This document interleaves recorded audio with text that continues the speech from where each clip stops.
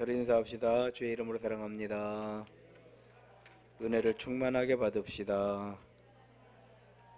한 번 더 인사합니다. 행복한 예배입니다. 할렐루야. 세상 살면서요, 믿었던 사람이 믿었던 사람이 또 믿었던 사람들이 나를 능욕할 때 이때의 심정이 어떨까? 믿었던 사람들이 나를 능욕할 때 이때의 심정, 아마 가장 참기 어려운 일 중에 하나가 그런 일이 아닐까, 이런 생각을 하게 되죠. 오늘 예수님 지금부터는 십자가, 3일 밤에는 계속해서 십자가 이야기가 나오겠잖아요. 복음서의 마지막 부분이니까요. 십자가 이야기. 오늘 십자가는 시작이죠. 십자가의 시작. 그리고 십자가의 시작은 능욕으로부터 시작이 된다 하는 것을 본문을 통해서 알게 되죠. 이걸 능욕이라고 그래요. 능욕. 능멸하고 욕을 보이는 거. 그러니까 능욕이라고 하는 표현은 사람이 억울하게 당하는, 고초당하는, 고난당하는 그런 그 고난의 극치, 가장 심한 어떤 고난, 고초. 그런데 이 고난, 고초가 정말 믿었던 사람으로부터 받는 것, 이런 것들을 능욕, 이렇게 표현을 해요. 능욕. 여기 나오는 사람들은 대제사장, 서기관, 또 그렇죠? 율법사들, 이런 사람들이죠. 여기 보니까요, 대제사장 가야바에게로 가니 거기 서기관, 장로들이 모여 있더라. 서기관, 장로. 이 사람들이 누구예요? 그렇죠?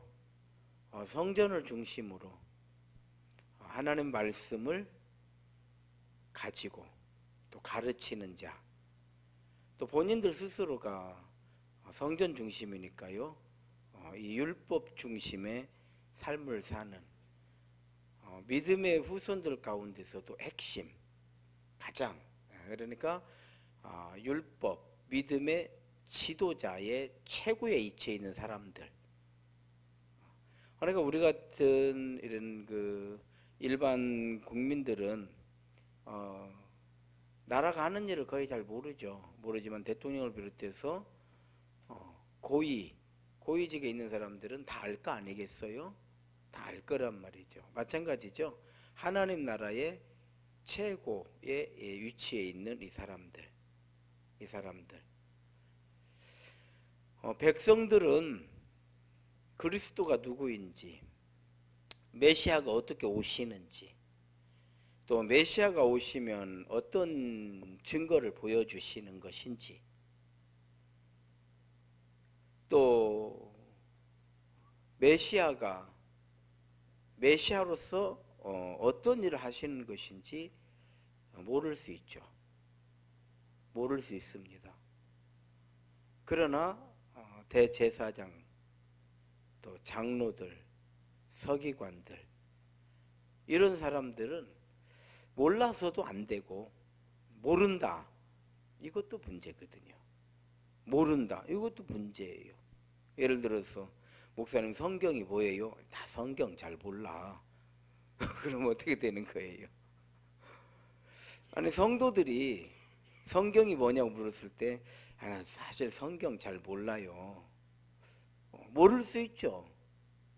그런데 목사님 성경이 뭐예요? 나 성경 잘 몰라요. 그냥 믿음으로 그냥 아무렇게나 하는 거예요. 이럴 수는 없잖아요. 장로님들에게 성경이 뭐예요? 내가 성경을 어떻게 알아요? 이렇게 대답하면 어떻게 되는 거예요? 그래서 모른다, 이거 문제예요. 모르는 것도 문제예요. 근데 이 사람들은 결코 모른다고 하지 않죠. 알죠. 아는데 메시아를 모른다. 그래서 이 시대를 어둠의 시대라고 그러는 거예요. 우리가 아무리 눈을 뜨고 있어도 시력이 1.0, 1.2, 더 좋아서 1.5라고 하더라도 어두운 곳에서는 아무것도 볼 수가 없어요. 그래서 이게 어둠의 시대예요. 어둠의 시대. 그래서 내가 있는 위치가 밝은 곳인가 어두운 곳인가를 알아야 돼요. 그렇잖아요. 가장 어울리지 않는, 아무리 폼을 잡아도 폼이 안 나는, 또 그렇죠. 그런 거에 대해서, 그런 거에 대한 그 사자성어가 금이 야행이거든요. 비단 옷을 입고 밤길을 걸으면 그것이 비단 옷인지 무명 옷인지 알 게 뭐예요? 그러니까 비단 옷을 입었으면 낮에 걸어야 돼요. 그래야 태가 자르르 나고, 야 정말 참 좋은 옷을 입으셨구나 이럴 거 아니에요. 아무리 비단 옷이라고 해도 밤에 걸어 다니면 아무 필요가 없어요. 알 수가 없는 거예요. 예수님 시대는 어둠의 시대예요. 그래서 예수님께서 바다 위를 걸으시는 거, 홍해를 가르시는 거거든요. 하나님께서 홍해를 갈라서 그 백성을 광야로 인도해 주시잖아요. 예수는 바다를 걸으시는 거. 소경이 눈을 뜨게 해주시는 거. 메시아가 오시면 소경이 눈을 뜨며, 귀신을 물리치시는 거. 그래서 오죽하면 예수님을 바알세부, 귀신의 왕이다. 왜? 어떤 귀신도 다 나가라고 하면 다 나가는 거잖아요. 뭐 귀신의 왕이나 되니까 귀신의 왕이다. 그러니까 예수님께서 하시는 일에 대해서 이들은 굉장히 예의주시했던 거죠. 예의주시. 그러니까 무엇을 하는가, 무엇을 하시는가, 예의주시하셨던 거죠. 또 성전에서의 청결 사건, 이런 것 저런 것들을 보면서 사실은 깜짝 놀라야 되거든요. 그래서 하던 짓도 멈춰야 되는 거예요. 그렇잖아요. 여러분 어떻습니까? 우리 역사에 이렇게 민초들이라고 그러죠. 백성들을 통쾌하게 만들고 탐관 오리들을 벌벌 떨게 했던 제도가 암행어사 제도였잖아요. 암행어사 제도.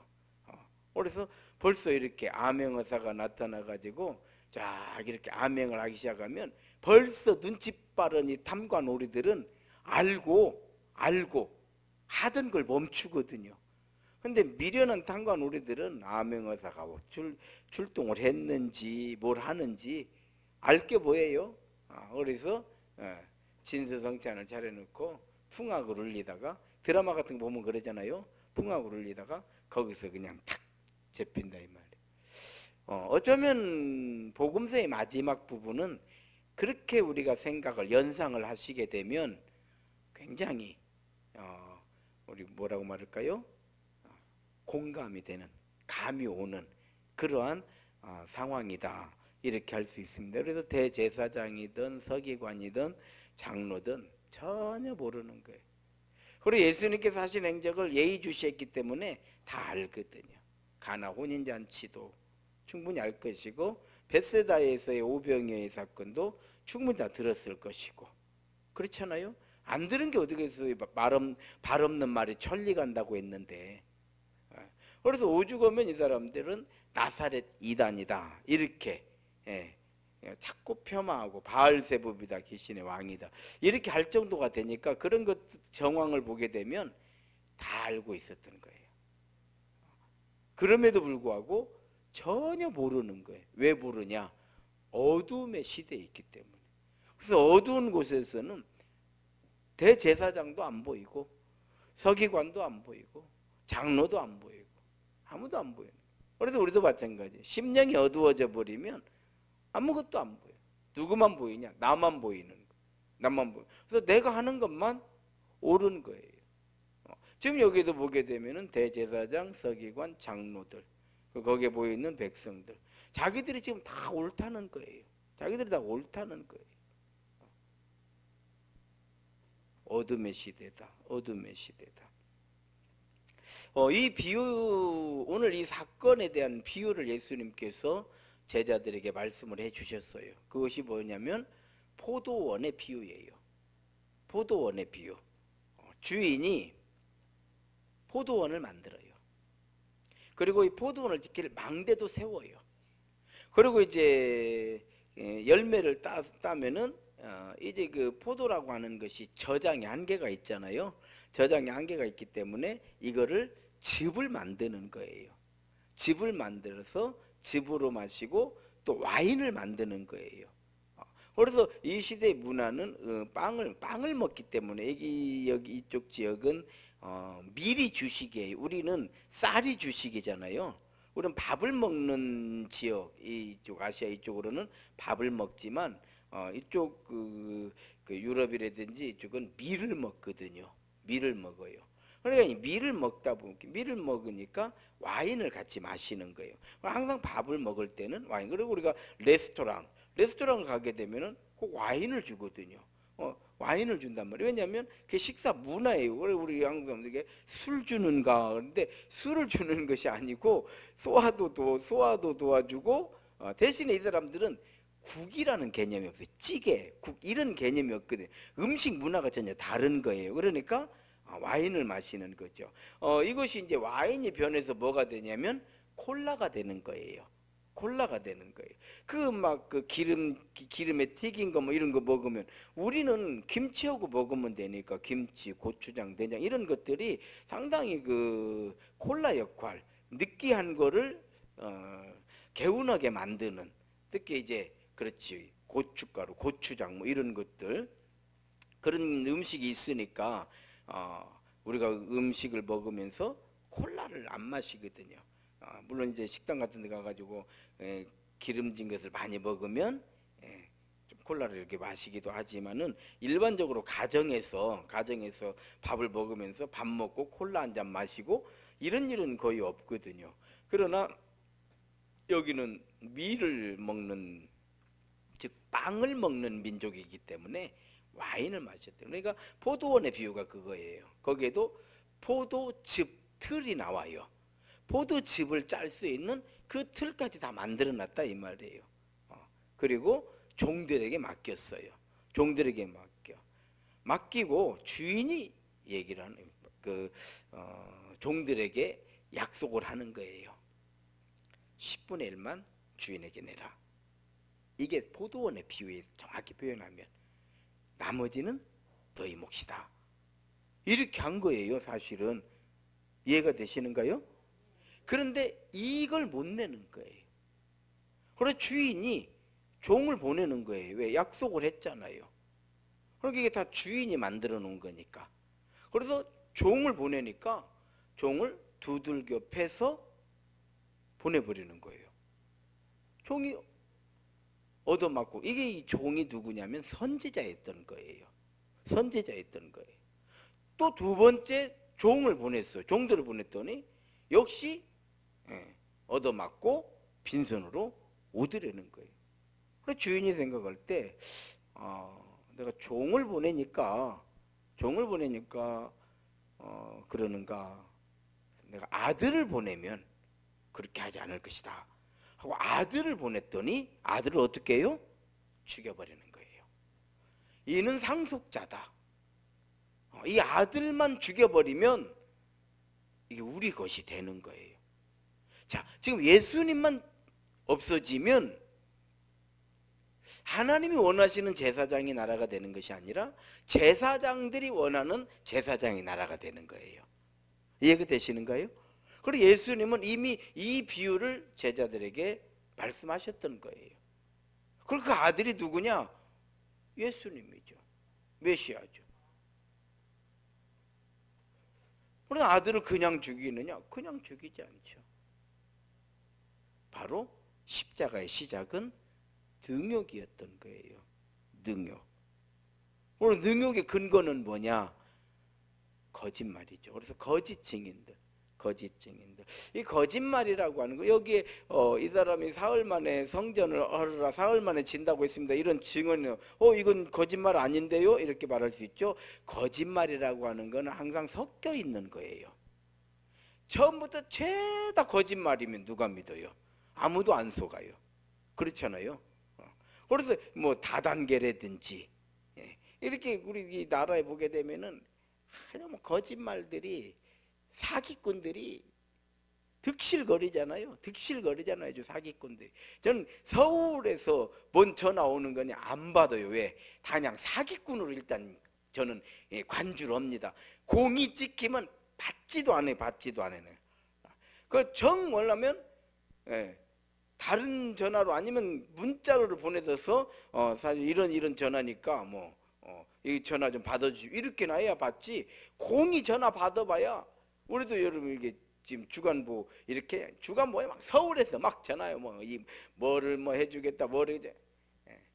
저는 하도 많이 당해봐가지고 서울 전화는 무조건 싹 끊어버려라. 그렇게 지시를 해놔요. 서울하고는 우리가 상관할 일 없다. 비싸도 전주에서 한다. 별 사기꾼들이 많아요. 어쩌면 그렇게 알고 전화가 오는지 아주. 그래서 섞여 있습니다. 항상 섞여 있어요. 그러니까 사람들이 속는 거거든요. 그래서 전체로 보면 거짓이죠. 이해가 되시죠? 그래서 거짓 증인들 이렇게 이야기를 하는 거예요. 여기에 대해서 예수님께서 제사장이 너가 그리스도냐 이렇게 묻잖아요. 예수님께서 내 말이 옳다 딱 얘기하시잖아요. 말씀하시죠. 그러니까 내가 말하였느니라. 64절에 보게 되면 예수께서 이르시되 내가 말하였느니라. 그러나 내가 너희에게 이르노니 이후에 인자가 권능의 우편에 앉아 있는 것과 하늘 구름을 타고 오는 것을 너희가 보리라. 아무리 능욕을 받으시고 아무리 아니라고 우겨도 진리는 변하지 않는 거예요. 진리는 변하지 않아요. 나는 여호수아의 고백이 참 전 개인적으로 굉장히 좋아하는 고백이 여호수아의 고백인데, 나와 내 집은 여호와만 섬기겠다. 그러니까 다 안 믿어도 나와 내 집은 난 하나님만 믿겠다. 왜? 진리는 변하지 않는 거니까요. 진리는 변하지 않는다. 그래서 우리가 찬송하는 거, 하늘 가는 밝은 길이 그 찬송 있잖아요. 거기 등사합니다. 영광나라에 계시는 금 우리 구주 예수라. 이 본문 말씀이에요. 영광나라에 계시는 금 우리 구주 예수라. 이것이 우리의 믿음인 거예요. 사실 우리는 이 믿음으로 사는 사람들이고요. 이 믿음은 우리에게 사명이 되는 거예요. 왜? 진리니까. 우리는 진리를 알고 진리를 받았고 진리를 믿으니까.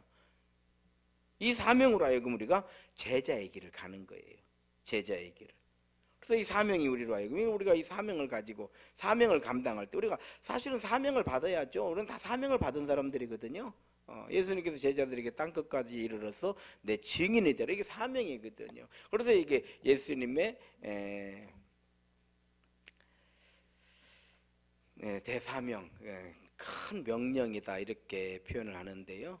그렇죠. 우리 모두가 받은 사명, 땅끝까지 이르러 증인이 되는 거죠. 증인이 되는 거. 우리 사명을 감당할 때에 우리는 비로소 사명 감당하면서 십자가를 알게 되는 거예요. 이게 십자가구나. 예수님께서는 이 십자가를 말씀하셨고, 이거는 사명을 감당할 때 이 십자가를 알게 되는 거예요. 근데 많은 사람들이 사명 감당할 때 십자가를 깨달는 것이 아니라 개인적인 고난을 받을 때 그걸 십자가라고 생각을 하는, 물론 그것도 십자가일 수 있죠. 그건 개인의 십자가죠. 자기 십자가죠. 물론 그것도 짊어지고 따라와야죠. 그러나 자기 십자가를 지고 나를 따라오라고 할 때 여기서 자기 십자가라고 하는 거는 믿음의 사명이었던 거예요. 사명을 감당하면서 예수님을 따라다니는 것이지, 그렇지 않아요? 내가 사명을 어떤 식으로 어떤 식이든 그것이 크든 작든 꼭 무슨 전도회 회장 임원 꼭 이것이 아니더라도 아니더라도 가정 같으면 믿음의 가정을 만드는 것도 사명이 되죠. 그렇잖아요. 또 우리가 주일 성수, 이것도 하나의 우리의 사명이죠. 또 우리의 사명일 수 있고요. 또 몸된 교회를 위하여 기도하는 것, 뭐 이것도 또 하나의 우리 사명일 수 있고요. 그래서 이게 자기 각자의 자리에서 뭔가 우리가 믿음의 사람이기 때문에 믿음으로 행하는 어떤 모습, 그런데 이걸 감당할 때에 어려움을 만나게 되는 거죠. 이거를 이겨내는 거, 십자가죠. 십자가. 그래서 우리에게는 크게 두 가지 십자가가 있다고 보면 될 것 같아요. 인생 살면서 다 자기 개인의 십자가가 있죠. 개인의 십자가. 인간관계를 하다 보면 참 십자가 질 일이 많거든요. 십자가 질 일이 많아요. 뭐 어떻게 해요? 그래도 내가 조금 더 그래 사람이 괜찮다 싶으면 내가 배려해야지. 어쩌겠어요. 어쩌고 그 사람 모르는 뭐 깨달지 못하고 자기만 옳다고 그러는데 뭐 어쩌겠어요. 뭐 살려요, 죽여요, 뭐 그런다고 해서 뭐 따져요, 뭐 이런들. 참 어제도 밤늦게 누구도 전화가 왔어요. 뭐 너무 억울하다고 울면서 우리 동료 목사님이 전화가 왔어. 뭐가 그렇게 억울하냐. 나는 이렇게 억울한 일을 당해도 내가 다 참고 그러는데 내가 뭐 이런 저런 거 했다고 이렇게 한다고 그래서 그런 정도는 그렇게 억울한 일도 아니니까 조금만 울고 많이 울지 말고, 그런 정도는 그렇게 억울한 일, 아직 그런 것들을 많이 안 당해 와가지고 면역력이 좀 약해서 그런 것 같으다. 그러나 우리가 사역을 하다 보면 그런 것들은 정말 적은 것들이다. 그보다 더하고 그보다 더한 거. 또 이것이 한 번, 두 번이 아니고 수도 없이 오는 것들을 하도 이제 그러다 보면 면역력이 생긴다. 그런 것 같다. 이런 얘기를 하는 걸 들었습니다. 그래서 두 가지 십자가가 있는 것 같아요. 개인의 십자가, 뭐 경제적인 문제도 우리의 십자가가 될 수 있죠. 그렇잖아요. 아니면 인간관계의 문제도 충분히 우리의 십자가가 될 수가 있죠. 이런 건 우리 모든 사람들이 다 짊어지고 가야 하는 십자가죠. 어떤 사람인들 그런 십자가가 없겠습니까? 그런가 하면 복음의 십자가도 있어야죠. 그렇잖아요. 우리가 믿음의 삶을 살아가는 데 있어서 이 십자가 얼마든지 있거든요. 그래서 이거를 감당해내는 것, 바로 제자의 길을 가는 성도의 삶의 모습이다. 그래서 이 십자가의 길을 가는 것은 먼저 능욕을 당한다는 것을 말씀해 주시는 거예요. 그래서 저는 오늘 이 십자가 이야기를 하는 거예요. 왜 그렇게 하지 않느냐, 왜 그것도 못하느냐, 이게 아니고 뭐 다 부족하죠. 저도 부족하고 어떤 사람이라고 나는 다 할 수 있습니다. 이럴 수 없잖아요. 베드로도 부족했잖아요. 십자가 앞에서 도망을 가버렸으니까. 제자들도 다 흩어져 버렸으니까 다 부족하죠. 부족해요. 그럼에도 불구하고 이 십자가 이야기를 안 할 수는 없어요. 그리고 이 십자가 이야기를 자꾸 함으로 인해서 어떻게 해요? 우리의 믿음의 내공을 키우는 거죠. 그리고 십자가를 생각할 때, 복음의 십자가를 생각할 때 먼저 능욕이 있다고 하는 것을 우리가 알게 되면, 이전에 우리가 감당했던 십자가들을 한번 되돌아보십시오. 되돌아보면 왜 이렇게 그때 그 십자가가 힘들고 어렵고 정말 내가 참아내기가 정말 감당하기가 어려웠던 이유가 뭔가를 이렇게 가자 이렇게 보시면 능욕이라고 하는 단어가 나올 거예요. 능욕이라고 하는데 이거 참 어려운 얘기. 그러니까 이건 예수님이시니까 이거를 당하냐면 침을 뱉고 뺨을 때리고. 와, 여러분 어떻습니까? 그 어려움, 이걸 누가 감당해? 그래 되돌아보니까 그렇구나. 능욕받는 거, 능욕받을 때 이게 참 인간의 아킬레스건이거든요. 누구든지 내가 이 사람이 나를 기만하고 있네? 더 나아가서 나를 능욕한다라고 생각이 들면요, 아이고, 밤 10시간, 11시간, 12시간, 새벽에도 막 전화기가 막 들어지는 거예요. 잠 못 자고 막. 자다가도 그냥 열불 나가지고 일어나게 되고, 옆에 뭐 접시 있으면 던져서 깨버리고. 이해가 되죠? 어려워요, 어려워. 이거 저는요, 성품이 환하게 온순해가지고요, 저는 성품이 환하게 참해가지고, 그런 사람들도요, 깹니다, 깨. 그래서 집에 와서 성질날 뿐이지, 급한 사람과 느린 사람의 차이는요, 시간 차이일 뿐이에요, 시간차. 그러니까 그 자리에서 버럭 화가 난 사람은 급한 사람인 것이고, 집에 가서 열받는 사람은 느릴 뿐이요. 화난 건 다 똑같은 것이요. 별게 없는 거예요. 화난 건. 다만 거기서 버럭 화낸 사람은 손해를 바로 보는 거, 집에 가서 화난 사람은 일단 집에 가서 화났으니까 화는 안 낸 거잖아요. 그러나 예수님께서는 그 화낸 거라고 그랬어요. 그렇잖아요. 그 화낸 거요. 어쩌면 더 낸 거요. 더 낸 거요. 바로 우리가 이렇게 생각하면 왜 예수님이 오셨는가를 우리가 알게 되는 거죠. 할렐루야. 그래서 능욕이라고 하는 이 단어, 능욕이라고 하는 단어. 그리고 예수님께서는요, 누구든지 나를 따르려거든 자기 십자가를 짊어져야 된다.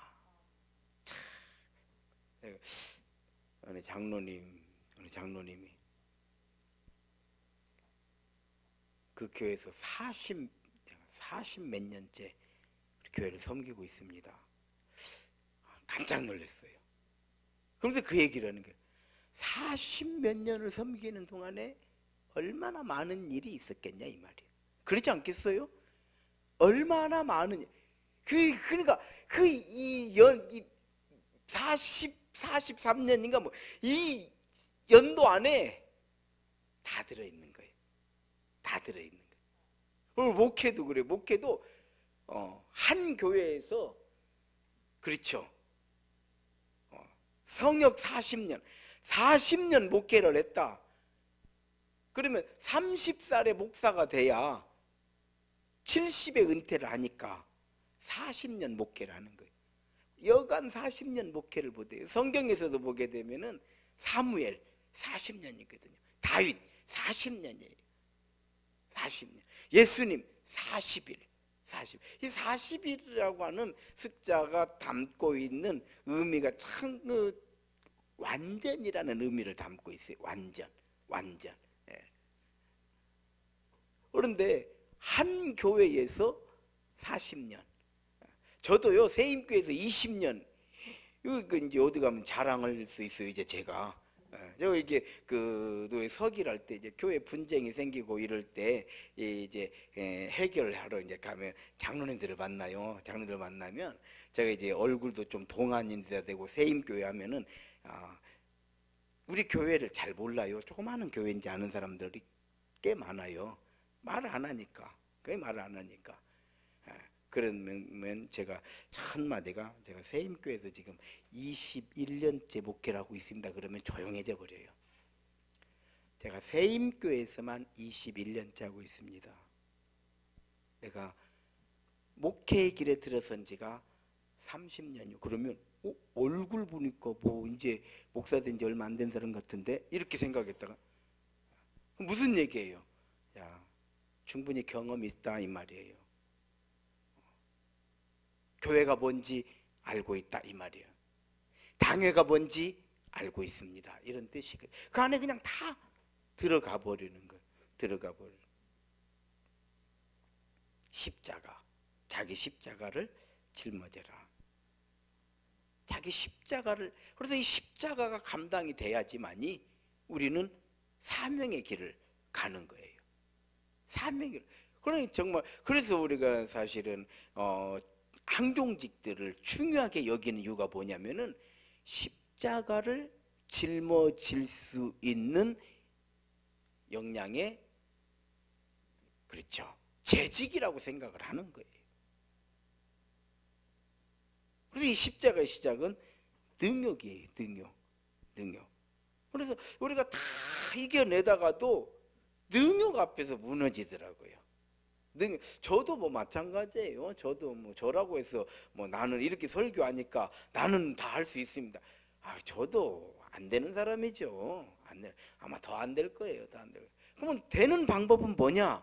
그렇죠. 겸손히 오직 성령님께 맡기는 수밖에 없는 거예요. 이걸 어떻게 감당하겠어요? 이걸 어떻게 감당해요? 한번 따라합시다. 능욕이기 때문에 십자가다. 이해관계가 없을 때는 뭐 나쁜 사람이 어떻게 세상 사람들 만나보시면 다 좋아. 그러나 처음에는 만나면 막 그냥 간이라도 빼줄 것 같아. 다들 모든 만남이 그래요. 인간의 모든 만남이 그래. 그런데 이해관계가 딱 들어가 봐요. 거기에 그러면 벌써 이제 본색이 탁 옥석이 가려져. 설교도 마찬가지예요. 설교도 믿음이다, 은혜다, 복 받는다. 하나님께서 우리에게 반드시 우리에게 응답해. 이런 설교만 계속하면요, 은혜 안 될 게 어디가 있어요? 그렇잖아요. 여러분 잘하고 계십니다. 이거 이렇게만 하는 것도 대단하신 것입니다. 다 이건 하나님 은혜입니다. 걱정하지 마십시오. 하나님께서 결국은 다 복을 그러나 하나님께서는 무조건 그렇게 하시겠다고 안 하셨잖아요. 그렇잖아요. 근데 그렇게 안 하고 여러분 우리가 하나님께서 우리에게 약속하신 복을 받으려면 첫째 이렇게 해야 됩니다. 둘째 이렇게 해야 돼. 셋째 이렇게. 난 교회 가기도 싫어. 맨날 이거 해라 저거 해라. 그러나 그렇게 해야지만이 우리가 하나님의 약속된 거룩한 백성의 삶이 되는 줄로 믿습니다. 그래서 능욕이 있기 때문에 십자가다. 그래서 한 번씩 그거를 이겨낼 때 정말 그때 하나님께서 잘했다. 이 잘했다라고 하는 하나님의 말씀이 언제 나오느냐? 그때 나오는 거예요. 그때 나오는 거예요. 저도 이렇게 목회를 하면서 안 좋은 생각들이 얼마든지 들어올 수 있잖아요. 그러면 그걸 놓고 기도를 하는 거죠. 하나님, 제 마음에 이런 생각이 이런 안 좋은 생각이 들어왔습니다. 이게 들어오면 안 된다는 걸 이게 내가 끌어들인 거거든요. 걔가 들어온 것이 아니라 내 생각으로 끌어들인 거예요. 알고 보면 들어온 게 아니라 내가 모셔온 거예요. 지금 이해가 되는가요? 내가 참 그냥 악착같이 모셔왔어. 밤새도록 밤새도록 그냥 해가지고 모셔와가지고 이제 새벽에 모셔온 이야기를 하는 거예요. 그런데 이 모셔온 게 그냥 나가냐고요. 여러분 그냥 나가야 될까요? 그러니까 새벽에 기도하고 그래서 며칠 기도하다 보면 없어져요. 왜? 그 하나님 기뻐하시지 않거든요. 그렇잖아요. 우리가 그런 얘기 많은데, 아이고 저런 놈은 왜 귀신도 안 잡아가는가 몰라, 막 이런 얘기 할 때 있잖아요. 저런 놈은 왜 귀신들은 못 오고 있는가, 안 잡아간다고 이런 얘기, 아마 막 천벌 받을 거야, 막 이런 얘기 하잖아요. 우리가 하나님 천벌 받을 거예요 이렇게 기도했다고 가정을 해보세요. 하나님께서 기뻐하시겠어요? 한번 생각해 보십시오. 그런데 기도라고 하는 거는 우리의 더러운 마음을 씻어주는 목욕과 같은 거, 우리가 세수하는 것과 같은 거. 그래서 자꾸 우리가 세수들에 생각을 해봐요. 물 한 번 붙여서 한 번 이렇게 하면은 되는 게 아니잖아요. 비누칠도 하고 그냥 비누칠한 거 다 이제 벗어지려면은 다 그것까지 씻어지려면은 10번도 해야 되고 더 깨끗이 하려면 20번도 해야 되고 그렇잖아요. 이렇게 생각하시면 우리가 왜 그 제목을 놓고 2번 기도하고 3번 기도하고 어쩔 때는 한 달도 놓고 기도하는 거예요. 기도하는 거. 뭐 이런 데는 왜 이런 일이 있는가? 능욕 때문에 그러는 거예요. 능력 때문에. 따라합시다. 능력이 있기 때문에 십자가다. 우리가 이렇게만 생각해도 앞으로 우리가 살면서 뭐 많은 일들이 있을 수밖에 없잖아요. 우리가 살아야 되기 때문에 그래 있을 수밖에 없는데 그래 언젠가 목사님이 설교하실 때 능력이 있기 때문에 십자가라고 그랬다. 그런데 이 십자가를 이겨내고 나면 정말 반드시 하나님께서 잘했다. 이게 내가 알아줘. 할렐루야. 그래 잘했다. 또 우리가 되돌아보면 그래 그때 내가 그렇게 하기를 잘했다. 한 번 더 따라합시다. 능욕을 이겨야 십자가의 길을 간다. 이걸 못 이기면 넘어진 거잖아요. 이걸 못 이기면 넘어진 거예요.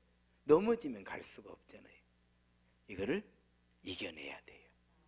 그래서 우리가 평소에 다 그렇잖아요. 뭐든지 우리가 평안할 때 아무 문제 없을 때 훈련을 받아놓는 것이지. 그래서 그 훈련을 받아놔야 전쟁 때 살아남는 거예요. 전쟁이 이렇게 평화로울 때 지금도 훈련소에서는 이제 막 그 신병들 이제 막 그 징집돼 가지고 군대 간 그 신병들이 지금 계속 훈련을 받고 있거든요. 아니 뭘죠? 지금 뭐 그 우리 문재인 대통령하고 김정은하고 지금 이렇게 화해 분위기 이런 아주 그 화해 분위기 평화 무드가 지금 이렇게 엄청나게 지금 잘 풀리고 있는데 남북 관계가 뭐 지금 훈련할 필요가 뭐가 있어요? 평소에 훈련하는 거예요. 전쟁 때는 훈련을 못 해요. 여러분 어떤 시험이 들었다든지 아니면 어떤 우리의 믿음의 상황이 딱 생겼을 때는 훈련받은 걸로 그걸 해결하는 것이지 그때 훈련시키면 훈련받다 죽어. 이해가 되죠? 우리나라는 어떻습니까? 6.25 전쟁을 통해서 우리가 받던 교훈이 뭐예요? 훈련 없이 전쟁 때 내보내고 다 죽어버렸잖아요. 학도병들. 바로 그런 거예요. 그래서 평소에 우리가 오늘 또 3일 밤 예배 때 능욕이 있기 때문에 십자가다. 두 번째로는 능욕을 이겨야 우리가 십자가의 길을 가는 거예요. 이 길은 승리의 길, 이 길은 영광의 길. 할렐루야. 가장 복된 길. 정말 믿어야 돼요. 우리가 믿어야 되는 거 뭐냐면 하나님 복을 주시는 거예요. 절대 하나님 복을 주시는 거예요. 나는 그렇게 목회를 하면서 그렇게 확신을 하고 목회를 하는 거예요. 그래 하나님 제가 이걸 이겨내면 하나님께서 복을 주시리라.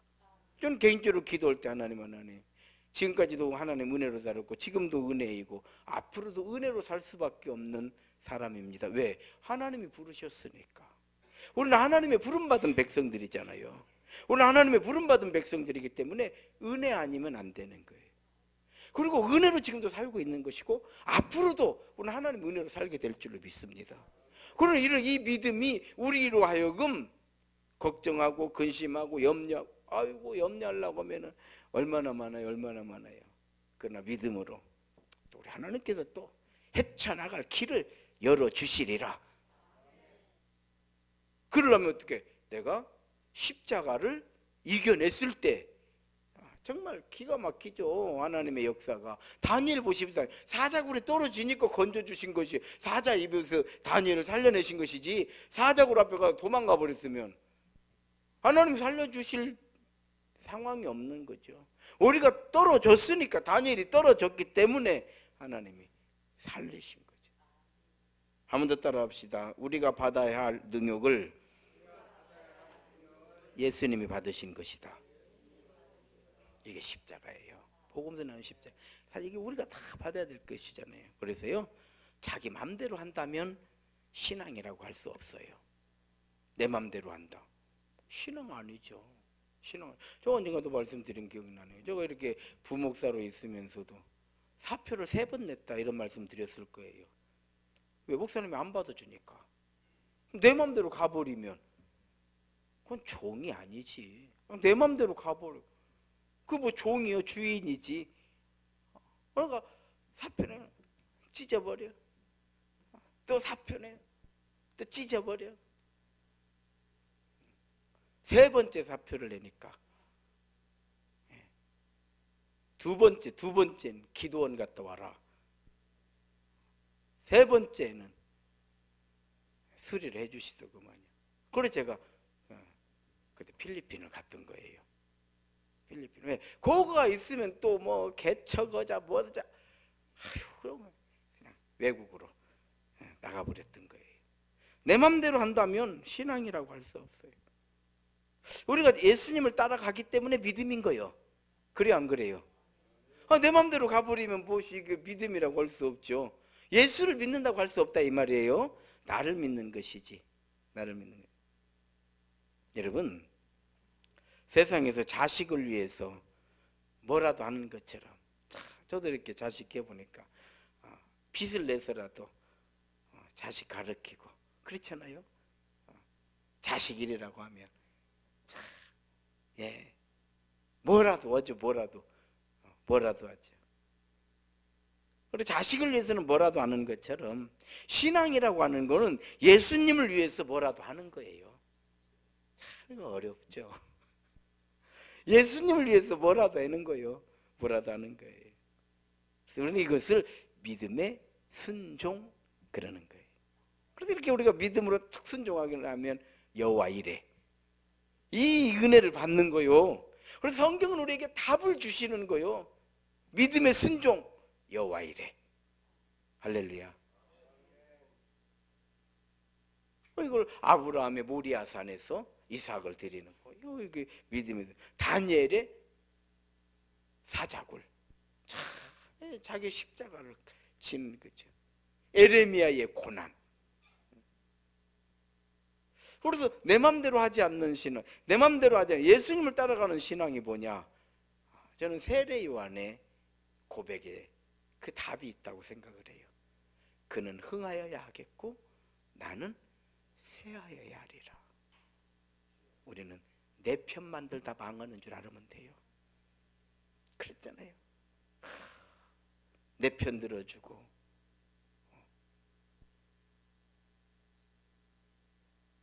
내 입장 이해해주고, 목사인 저도 교인들이 다 막 목사 편만 들어주면 얼마나 목회가 재밌을까요? 그러나 그렇게 하면 안 돼요. 그는 흥하여야 하겠고 나는 쇠하여야 하리라. 내 편은. 그래, 바울 사도에 또 답이 있어요. 바울 사도가 하도 열심히 하니까 이제 그 이단들이 들어와 가지고 막 바울을 막 깎아내리는 거예요. 그리고 이제 또 고린도 교회에 막 4개의 파가 생겼잖아요. 그리스도파, 바울파, 게바파, 아볼로파. 그러면서 또 뭐야, 우리가 막 그런 거 있잖아요. 저쪽에 동진 그쪽으로 어디 저쪽 부안 쪽으로 가다 보면은 교회가 짤안에 2개가 있어요. 2개가 오중교회 2개가 있어요. 2개가요 거의 붙어 있어요. 교회가 2개 다 부흥을 했어요. 이 교회가 둘이. 왜 부흥을 했냐? 교회가 이제 싸움을 해가지고 나눠진 거예요. 아주 그냥 막 우리 한번 보란 듯이, 정말 저 교회 보란 듯이 막 어떻게 둘이 열심히 해가지고 2교회가 다 부흥을 해버렸어.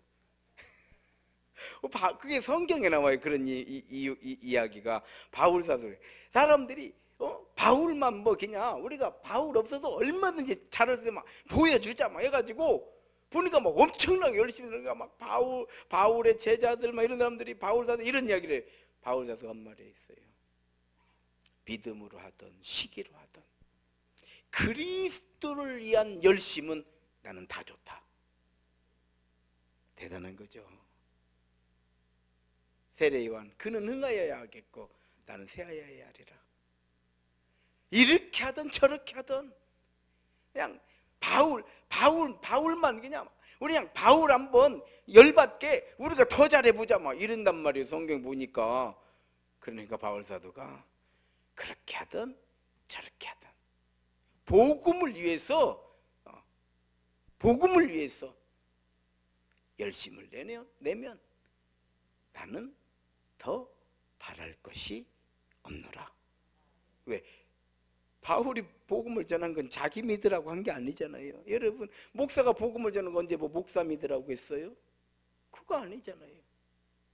또 뭐 목사 믿을 이유도 없고 일도 없고, 다만 서로 사랑하라, 서로 존중해라, 배려하라. 이것이 서로 사랑 안에 들어있는 거 아니겠어요? 그렇습니다. 제자들의 십자가, 또 바울 사도의 십자가, 주님을 위해서라면 뭐라도 하겠다는 믿음, 바로 십자가 신앙인 줄로 믿습니다. 그리고 그 십자가 신앙의 중심에는 능욕이 기다리고 있다라고 하는 것, 능욕이 기다리고 있다라고 하는 것.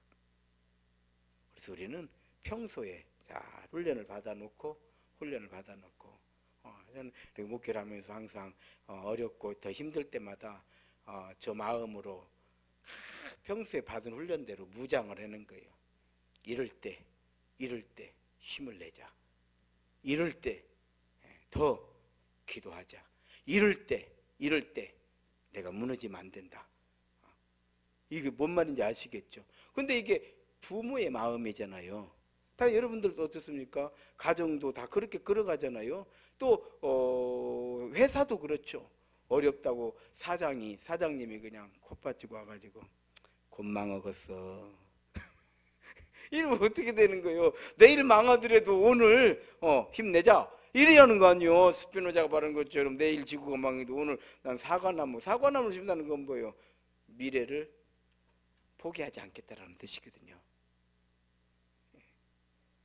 우리가 평소에 이렇게 훈련을 잘 받아놓으면 우리가 십자가의 믿음으로, 또 십자가를 감당하는 믿음의 성도로 잘했다 칭찬받고, 그때에 하나님께서 우리 인생을 쫙 열어주시는 것을 반드시 경험하게 될 줄로 믿습니다. 한번 따라하고 말씀 마치겠습니다.